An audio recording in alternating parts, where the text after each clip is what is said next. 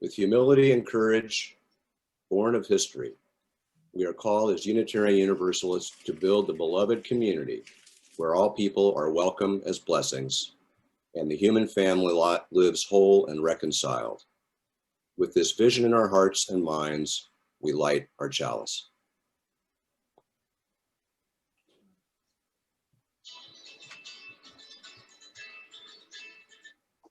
Good morning and welcome to First Unitarian Church of Des Moines. I'm Reverend Amy Petrie Shaw. My pronouns are they, them, and theirs. And as always, I'm speaking to you from land which is the traditional territory of the indigenous Iowa people. Kent Newman is our celebrant today. Barb Martin is our song leader and Bruce Martin is our pianist. Ann Mowry is our pastoral care associate this week. Lyra Halston, our membership coordinator, is here with us. And if you want to be connected to our online groups or find out more, she's going to put an email address in the chat and you're welcome to contact her. All we ask for everyone is please keep your mics muted during the service. And after the service, everybody is welcome to join us in the coffee hour breakout rooms. And I want to open today with some amazing words from a prayer for Martin Luther King Jr. Sunday, which is by Reverend Wayne Aronson. We dedicate this time together to renewing our hope. May the stories we share give us courage, and may the songs we sing give us hope. May the words we speak give us wisdom. And most of all, may the sight of faces and the sound of voices lifted in song and affirmation restore in us faith that this world may be made whole and all its people one. So come in and let us celebrate here together. Welcome to the First Unitarian Church of Des Moines. My name is Kent Newman. My pronouns are he, him, and his. No matter who you are or where you've come from, you are welcome here. Whether or not you live in Des Moines or have ever physically been at First Unitarian. Whoever you are, we hope that here you find thoughts which challenge you, welcome which invites you into our community, and people to accompany you on your life journey. Our gathering song this morning is number 169, We Shall Overcome. This is a gospel song which became a protest song and a key anthem of the civil rights movement. The words are copied in the chat screen. Please keep your mics muted and simply sing along at home if you would like.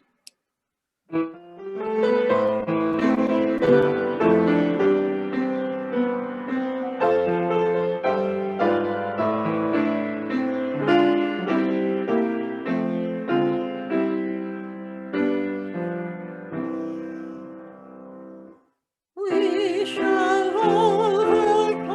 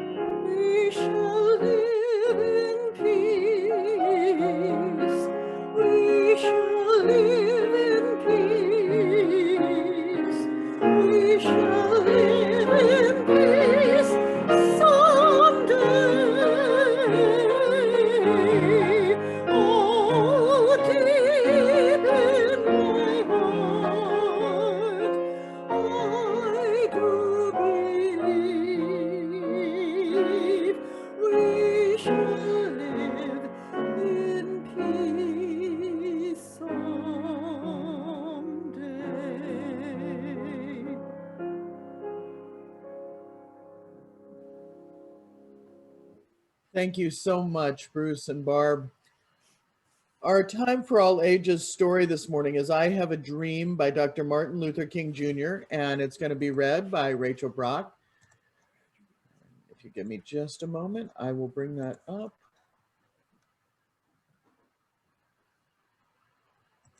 There's a man named Martin Luther King Jr.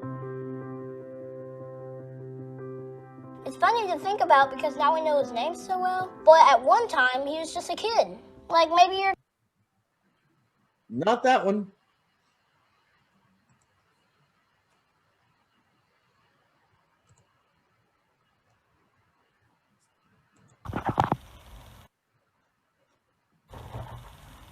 I Have a Dream by Dr. Martin Luther King, illustrated by Khadir Nelson. I say to you today, my friends, so even though we face the difficulties of today and tomorrow, I still have a dream. It is a dream deeply rooted in the American dream. I have a dream that one day this nation will rise up and live out the true meaning of its creed. We hold these truths to be self-evident, that all men are created equal. I have a dream that one day, on the red hills of Georgia, sons of former slaves and the sons of former slave owners will be able to sit down together at the table of brotherhood. I have a dream that one day, even the state of Mississippi, a state sweltering with the heat of injustice, sweltering with the heat of oppression, will be transformed into an oasis of freedom and justice. I have a dream that my 4 little children will one day live in a nation where they will not be judged by the color of their skin, but by the content of their character. I have a dream today. I have a dream that one day, down in Alabama, with its vicious racists, with its governor having his lips dripping with the words of interposition and nullification, one day, right there in Alabama, little black boys and black girls will be able to join hands with little white boys and white girls as sisters and brothers. I have a dream today. I have a dream that one day every valley shall be exalted and every hill and mountain shall be made low. The rough places will be plain and the crooked places will be made straight, and the glory of the world of the Lord shall be revealed, and all flesh shall see it together. This is our hope. This is the faith that I go back to the South with. With this faith, we will be able to hew out of the mountain of despair a stone of hope. With this faith, we will be able to transform the jangling discords of our nation into a beautiful symphony of brotherhood. With this faith, we will be able to work together, to pray together, to struggle together, to go to jail together, to stand up for freedom together, knowing that we will one day be free. This will be the day. This will be the day when all of God's children will be able to sing with a new meaning. My country, 'tis of thee, sweet land of liberty, for thee I sing. Land where my father died, land of pilgrim's pride, from every mountainside, let freedom ring. And if America is to be a great nation, this must become true. So let freedom ring from the prodigious hilltops of New Hampshire. Let freedom ring from the mighty mountains of New York. Let freedom ring from the heightening Alleghenies of Pennsylvania. Let freedom ring from the snow-capped Rockies of Colorado. Let freedom ring from the curvaceous slopes of California. But not only that, let freedom ring from Stone Mountain, Georgia. Let freedom ring from Lookout Point of Tennessee. Let freedom ring from every hill and molehill of Mississippi. From every mountainside, let freedom ring. And when this happens, and when we allow freedom to ring, and when we let it ring from every village and every hamlet, from every state and every city, we will be able to speed up that day when all of God's children, black men and white men, Jews and Gentiles, Protestants and Catholics, will be able to join hands and sing in the words of the old Negro spiritual, free at last, free at last. Thank God Almighty, we are free at last.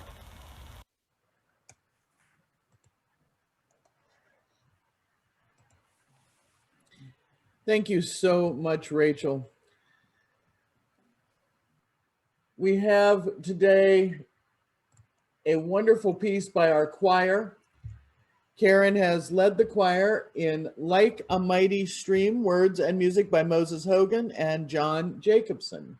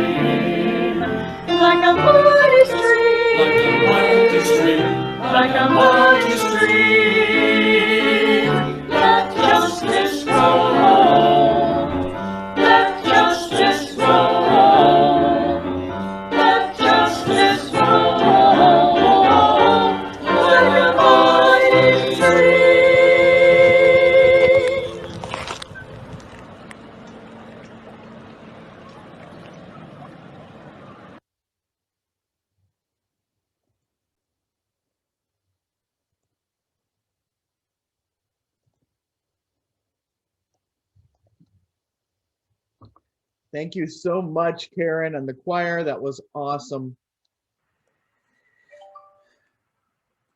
Our offertory today is done with our normal seriousness. A UU minister answered her phone and heard, "Hello, is this the Reverend?" "It is." "Well, this is the Internal Revenue Service. Can you answer a few questions for us, please?" "Well, certainly." "Do you know a John Smith?" "Well, I do." "Is he a member of your congregation?" "He certainly is." "Did he donate $100,000 to the church this year?" Well, there was a long pause, and the minister said, "Oh, he did." The IRS agent asked suspiciously, "Can you tell me when he gave the money to the church?" The minister looked at her watch and looked up and said, "Oh, in about 15 minutes, as soon as I get off this phone call." The IRS has pushed back tax season a bit this year, and so that we might continue the good work we've started, I'm not going to wait for them. The morning offering will now be given and received through the link in the chat. One half of our electronic plate goes to our internal social justice work, and one half to our Faith in Action partners, Planned Parenthood and Central Iowa Immigrant Support Coalition.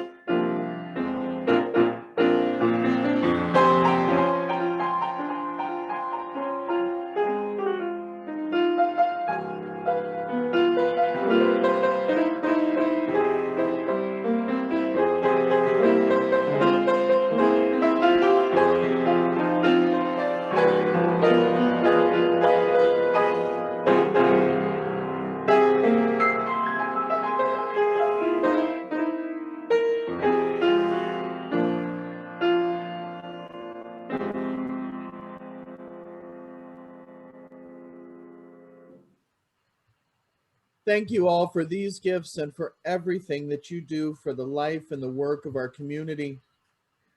Because church is all about community. It's about being there for one another in the good times and in the bad, to minister to one another, to bear witness as we struggle with life's sorrows and we celebrate life's joys.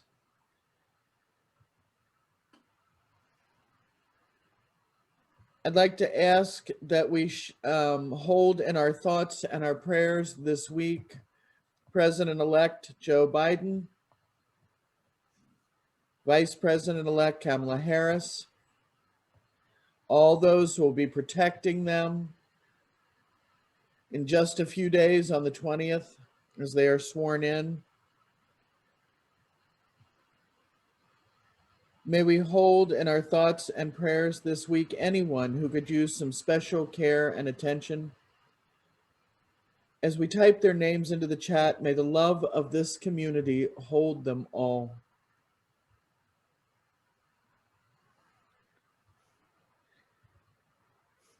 May the light of our community shine on the broken places of the world. May we travel together with all those who fight for equity and justice in human relations. May the work of our hands and our hearts support and comfort all those who are marginalized, oppressed, silenced, or at risk. May we be called to mindful action by the needs of those who struggle. May those who are grieving be comforted. May you be comforted. May those who are tired find rest. May you find rest. May the broken places be healed. May we all be healed. And may those who are filled with joy and laughter be abundant. Each week we light 3 real or virtual candles together, one for any joys and sorrows we've been able to share here, one for all the names we've written, and one last candle for all of the joys and all of the sorrows which are deeply held, but remain unspoken here today.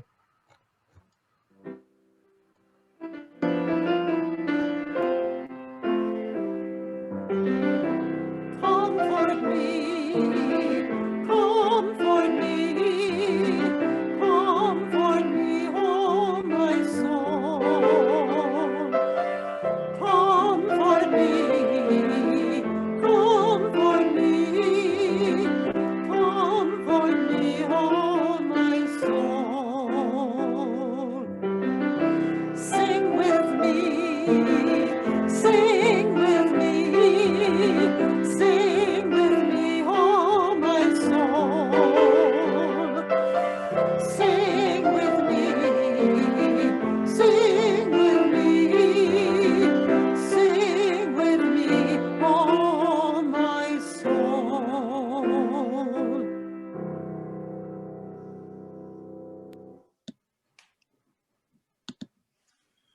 Our first reading today is from Beyond Vietnam, A Time to Break Silence by Dr. Martin Luther King. I am convinced that if we are to get on the right side of the world revolution, we as a nation must undergo a radical revolution of values. We must rapidly begin the shift from a thing-oriented society to a person-oriented society.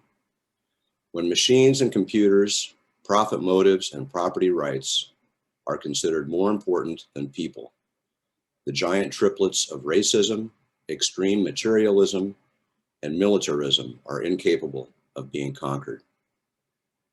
A true revolution of values will soon cause us to question the fairness and justice of many of our past and present policies. On the one hand, we are called to play the Good Samaritan on life's roadside, but that will be only an initial act.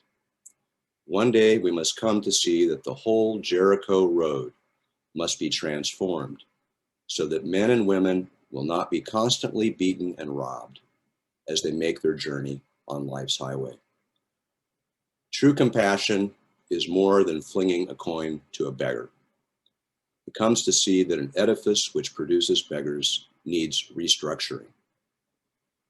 A true revolution of values will soon look uneasily on the glaring contrast of poverty and wealth. With righteous indignation, it will look across the seas and see individual capitalists of the West investing huge sums of money in Asia, Africa, and South America, only to take the profits out with no concern for the social betterment of the countries and say, this is not just. It will look at our alliance with the landed gentry of South America and say, this is not just. The Western arrogance of feeling that it has everything to teach others and nothing to learn from them is not just. A true revolution of values will lay hand on the world order and say of war, this way of settling differences is not just. This business of burning human beings with napalm, of filling our nation's homes with orphans and widows, of injecting poisonous drugs of hate into the veins of people normally humane, of sending men home from dark and bloody battlefields, physically handicapped and psychologically deranged, cannot be reconciled with wisdom, justice, and love. A nation that continues year after year to spend more money on military defense than on programs of social uplift is approaching spiritual death. America, the richest and most powerful nation in the world, can well lead the way in this revolution of values. There is nothing except a tragic death wish to prevent us from reordering our priorities so that the pursuit of peace will take precedence over the pursuit of war. There is nothing to keep us from molding a recalcitrant status quo with bruised hands until we have fashioned it into a brotherhood.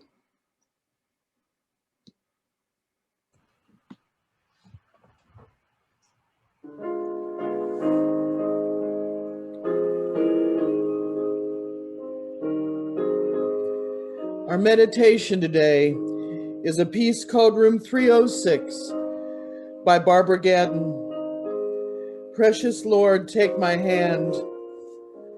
You walk up to the Lorraine Motel in Memphis, clean and freshly painted, as it would have been back then. It's nicer.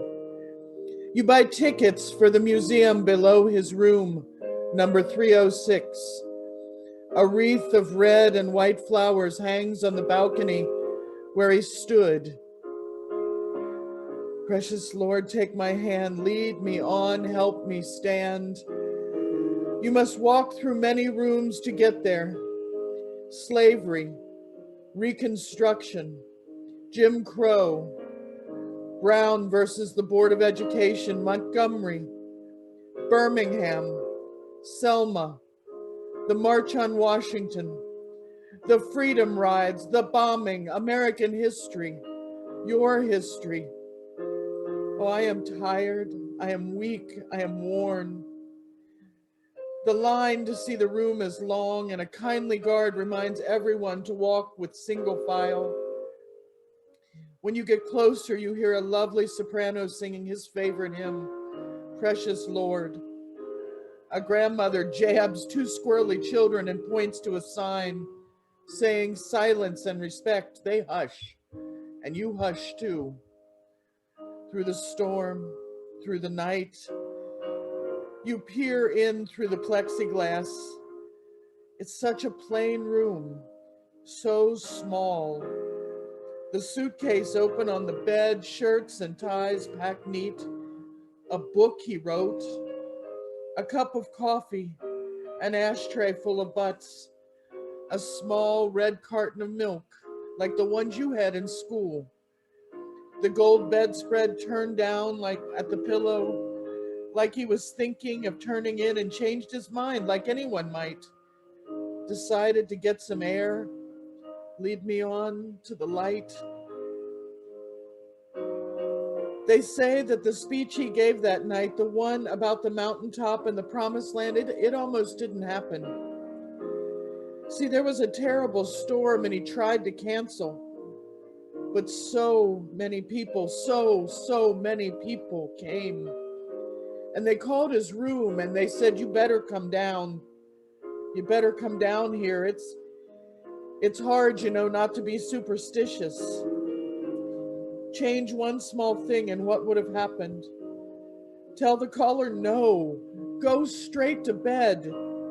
Choose a different hotel." But it did happen. It did happen. He promised it would. Precious Lord, lead me home. Where is home? Where is your refuge and your strength? Perhaps it's not here. Why do you seek the living among the dead? You realize once again how much is up to you. Holding these words in mind, please join me in one moment of silent thought, meditation, or prayer.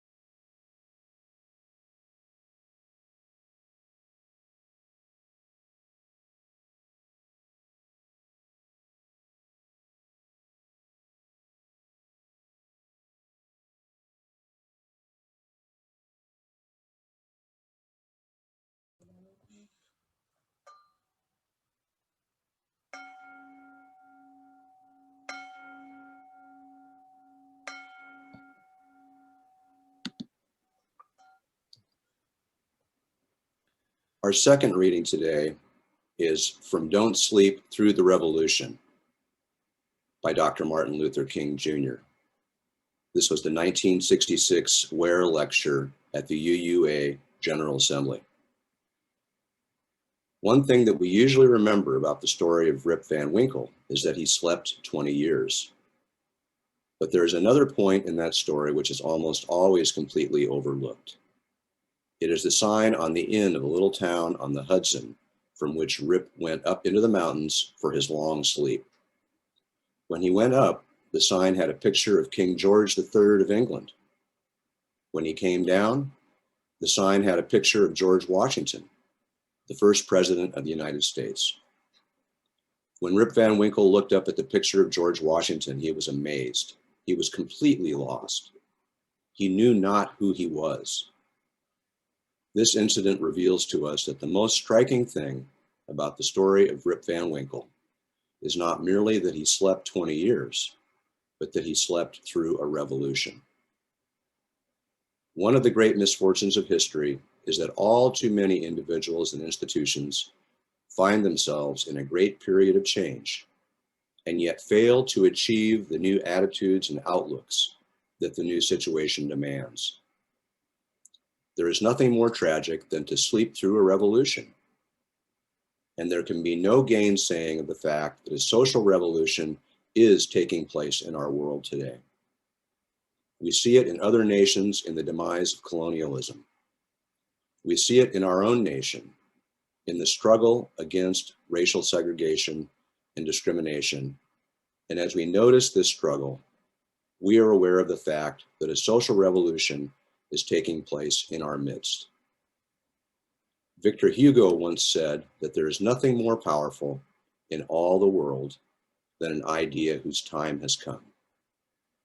The idea whose time has come today is the idea of freedom and human dignity. And so all over the world, we see something of freedom explosion. And this reveals to us that we are in the midst of revolutionary times. An older order is passing away and a new order is coming into being. All I'm saying is this: that all life is interrelated and somehow we are all tied together. For some strange reason, I can never be what I ought to be until you are what you ought to be. And you can never be what you ought to be until I am what I ought to be. This is the true interrelated structure of all reality. John Donne caught it years ago and placed it in graphic terms. No man is an island entirely of itself. Every man is a piece of the continent, a part of the main. He goes on to say, any man's death diminishes me, because I am involved in mankind. Therefore send not to know for whom the bell tolls, it tolls for thee. This realization is absolutely necessary if we are to remain awake in this revolution. Our next song today is number 156, "Oh Freedom." This is our centering song, an American slave song that continued to be used throughout the civil rights movement. The words will be in the chat screen. Please keep your mics muted.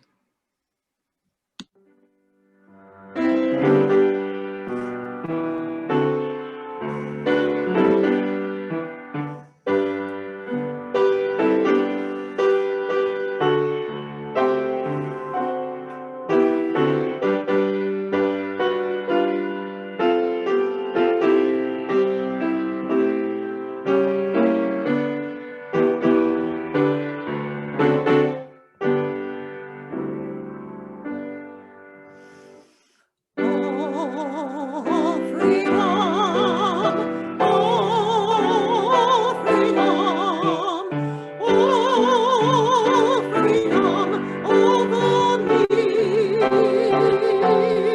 And before I be a slave, I'd be buried in my grave and go home to my God and be free. Oh, more morning, no more morning, no more morning over me. And before I be a slave, I be buried in my grave and go home to my God and be free. There'll be singing, there'll be singing, there'll be singing over me. And before I be a slave, I'd be buried in my grave and go home to my God and be free.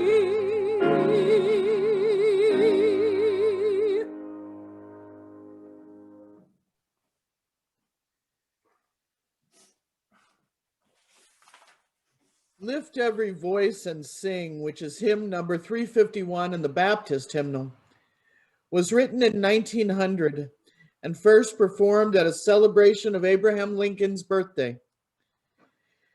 A prayer of thanksgiving for faithfulness and freedom, the song quickly earned the nickname the Black National Anthem. Over the years, it's become one of the most cherished songs of the civil rights movement. In celebration of Juneteenth this year, Baylor College's social media platforms shared an absolutely unbelievable rendition of the song performed by a Baylor junior, Jada Holiday. And words just don't do justice to the power of her performance. So I'm going to let you see it.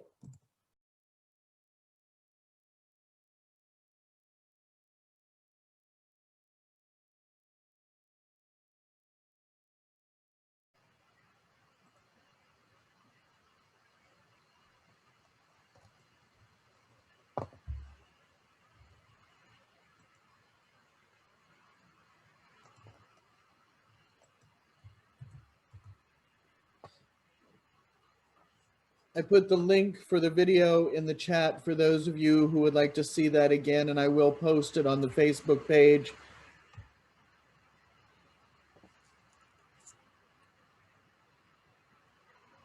The wonderful poet Gil Scott Heron wrote, "The revolution will not be televised,"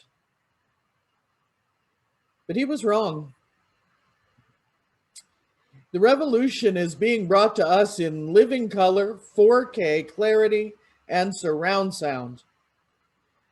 We're seeing it captured on live video feeds and in pre-recorded sound bites every day. The revolution will indeed be televised. According to the Washington Post and an opinion article by Colbert King, this year's Martin Luther King Jr. Day will be celebrated Monday, and it's sandwiched between what will go down in history as two of the most consequential events of our lifetime.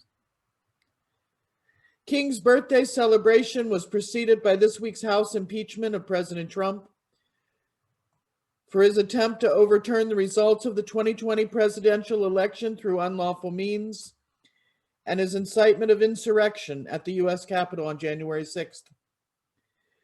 After the federal holiday on Wednesday, President-elect Joe Biden and Vice President-elect Kamala Harris will be sworn into office under the protection of police, federal law enforcement, and more than 20,000 National Guard troops, whose presence was prompted by fears of the return of the mobs that smashed their way into the Capitol last week. The inauguration of the former vice president and our first female vice president, a Black and Asian woman, is an occasion for joy. The convergence, however, of the Capitol siege and the war climate is a cause for profound sadness. They represent the reality of the world around us, but that world is one of pain and agony, rage and loss that King gave his life trying to overcome. Those are the words of Colbert King. Dr. King fought and died trying to bring about a peaceful revolution. He never sent troops in to seize the Capitol or picked up a gun. He fought and died for a world where all people could be free to live their lives and dream their dreams. He fought for a world with hope. He wasn't a naive man. The current state of our nation would have saddened and angered him, but I don't think he would have been surprised. He knew how hard it would be to wipe out hatred and fear. During his lifetime, Dr. King was a dear friend of the poet Langston Hughes, and Langston Hughes was a challenge to be friends with because he was gay, because he was suspected of being a communist sympathizer. So King had to be very careful. But he loved to use work in his sermons and speeches, and he loved the words of Hughes' fierce poem, "Let America Be America Again." Here's one of the stanzas. "Let America be America again, the land that never has been yet, and yet must be, the land where every man is free, the land that's mine, the poor man's, Indians, Negroes, me, who made America, whose sweat and blood, whose faith and pain, whose hand at the foundry, whose plow in the rain must bring back our mighty dream again. Sure, call me any ugly name you choose. The steel of freedom does not stain. From those who live like leeches on the people's lives, we must take back our land again, America. Oh yes, I said it plain. America was never America to me. And yet I swear this oath, America will be. There's desperation in that poem, but not just desperation. There's hope. Hope, even though Hughes could see the hatred all around him every day. And King read and used that poem in sermons because he could see the hope. Over the past weeks and months, I've heard from person after person who said, I thought we were better than this. And I'm sure many of you have thought that. I thought we were better. I thought we were beyond all this. I thought we'd made it further. All across our country, people in every political party are waking up to something that most Black people and people of color have had to deal with their entire lives. What we mean when we say America is not available to everyone. There are people who hate. There are people who cherish their ignorance. We love to think that if you just got people of goodwill around a table and they met each other, they would learn to like each other, and it's simply not true. Not everyone would change their mind about their hatred if they just knew someone Black or brown or Jewish or queer. Rationality doesn't matter to everyone. Some people are willing to work against their own interest to keep those they hate from succeeding.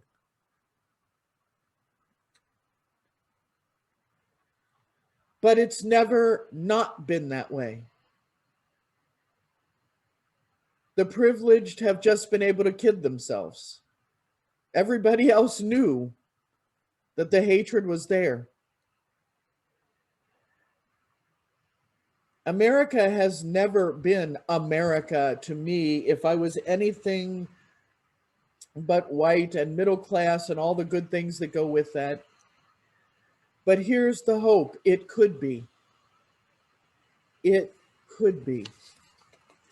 Because the only way to take out evil, the only way to destroy evil, is to drag it screaming and kicking into the light of day.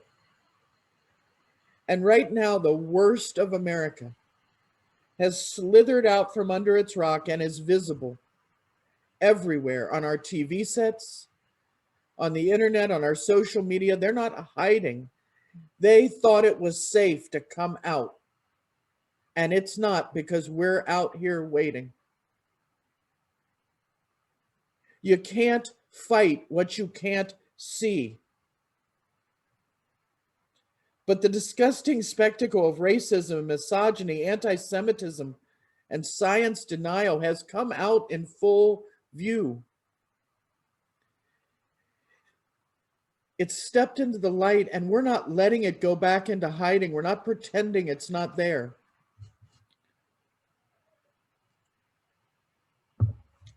The revolution is being televised, and we're here to demand change, because enough is enough.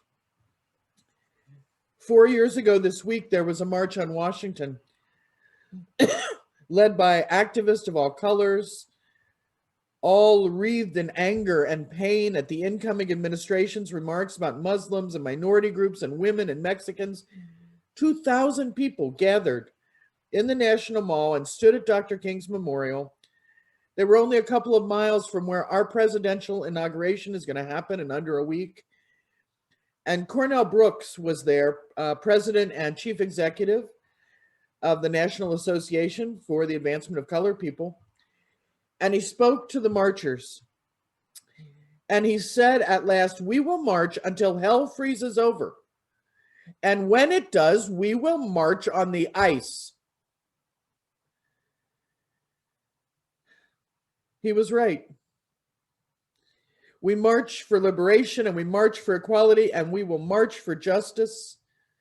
And we've been trying for 55 years to learn the simple art of loving our neighbors as ourselves and respecting the worth of all human persons. And we still don't have it right, but we haven't quit. We are going to keep trying. We are going to keep hoping.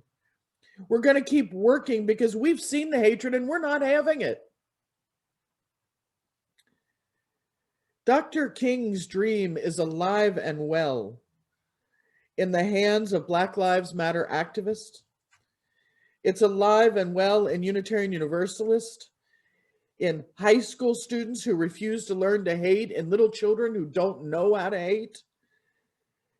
It's alive in some of our politicians and in some of our college students, in young people growing up in the inner cities. The dream Dr. King saw is alive in each of us. And we're entering a time when we're called to bravery and resilience, to resistance and solidarity. We're called to listen to Black and Brown and Indigenous leaders, not to deny their life experience, but to admit that we can learn from it, that we need to step back and listen up and then follow to freedom. We have to stand beside others in love and trust that together, only together, can we overcome the hatred and the fear, because the dream is still there if we keep dreaming, and we can make it real. There are more of us. We aren't letting go. We aren't looking away or pretending the bad isn't there. As long as one person remains a slave to a system built on racism, colonialism, oppression, we are called to march in body or in spirit, and we are going to march, as he said, until hell freezes over, and then we're going to march on ice. Amen.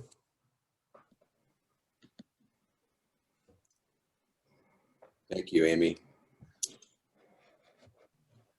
As we extinguish the chalice today, let us carry this flame into the world and keep the dream alive.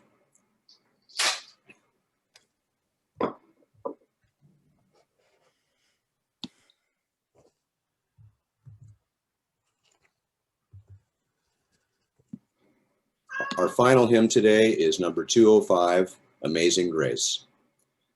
This is Dr. King's favorite gospel song. We will sing verses 1 through 3. The words will be in the chat screen. Please keep your mics muted and sing along at home if you would like.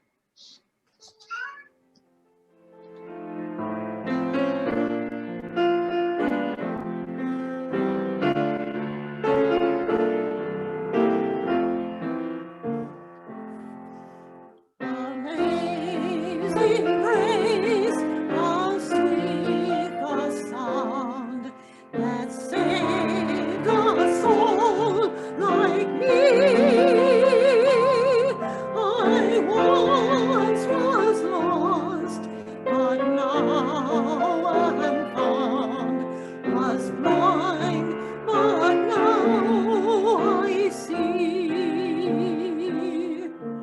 'Twas grace that taught my heart to fear, and grace my fears relieved. How precious did that grace appear the hour I first believed. Through many dangers, toils, and snares, I have already come. 'Tis grace that brought me safe thus far, and grace will lead me home.